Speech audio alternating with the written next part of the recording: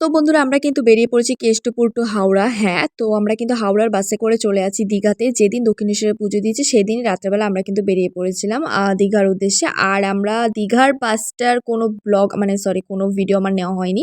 But আমরা কিন্তু নেমে গিয়েছি হাওড়াতে। আর হাওড়াতে নেমে আমরা কিছু খেয়েছিলাম টিফিন, কারণ আমাদের খুব খিদে পেয়ে গিয়েছিল। সন্ধ্যাবেলা আমরা ভাত খেয়েছিলাম। তারপরে আমরা ডাইরেক্ট পৌঁছে গিয়েছি হলো ভোরের দিকে আমরা পৌঁছে গিয়েছিলাম আম দীঘার সামনে। আর সেখানে আমরা কিন্তু চা খেতে ঢুকেছিলাম একটা দোকানে। আর ওখানে গিয়ে মানে এত ঠান্ডা মানে মানে কি বলবো, হাড় কাঁপা ঠান্ডা ছিল। হ্যালো গাইস, চলে এসেছি হলো দীঘাতে। আর আমরা এখন হোটেল 7টার দিকে যাব হোটেলে।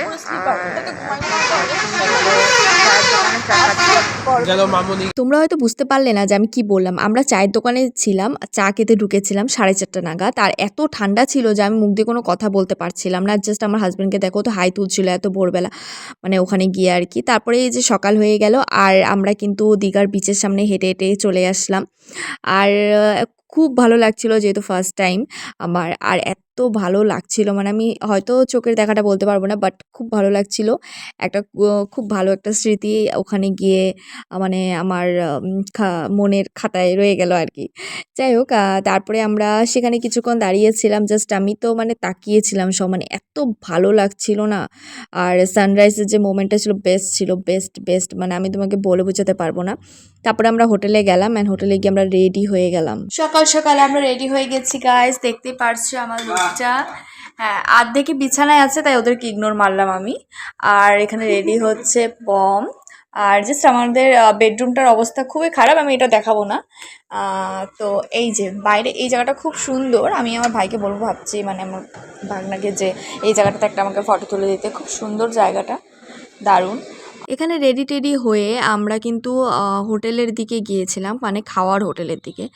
আর আমাদের এরা তো ঘুমিয়েছিল, ওদেরকে আমি আর ভিডিওতে নিইনি। আর আমরা কিন্তু এখানে হোটেলে চলে এসেছি। আর এখানে আমরা বেশ মজাদার একটা খাবার খেয়েছিলাম, সেটা আমি ভিডিও লাস্টে দিব। আর তারপরে আমরা বিচে গিয়ে দেখলাম বিচ তো পুরা ভিড় লোকে, তাও আমি কোনোভাবে কয়েকটা ভিডিও নিয়েছি। আর এটা তো আমি রাইড করেছিলাম। এই বোট রাইডিংটা যেটা ছিল বেশ মজাদার ছিল। আর কিন্তু প্রথমে ওঠার বেলায় জাস্ট আমি ভাবছিলাম জাস্ট যদি পিছনে উল্টে পড়ে যায়, মানে আমার তো মাথার মধ্যে নেগেটিভ চিন্তাটাই আগে আসে, কি বলবো আর।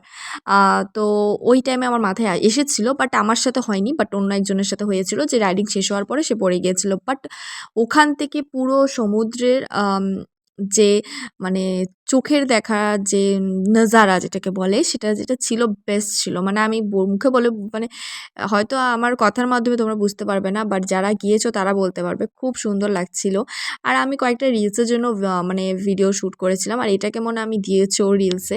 আর এখানে গিয়ে আমি অনেক কিছু আলাদা আলাদা জিনিস ট্রাই করেছি খাওয়ারের মধ্যে, যেগুলো তোমরা আমার ভিডিওর এগোতে এগোতে দেখতে পারবে। খুব মজা তো হয়েছে, এটা জাস্ট আমাদের মজার একটা মোমেন্ট আমরা ক্যাপচার করেছি।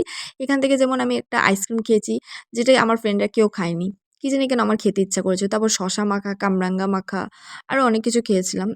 পরে আমরা এখানে এই জায়গাটাতে বসে আমরা কিছুক্ষণ টাইম স্পেন্ড করলাম। তো দেখা হচ্ছে অন্য পার্টে।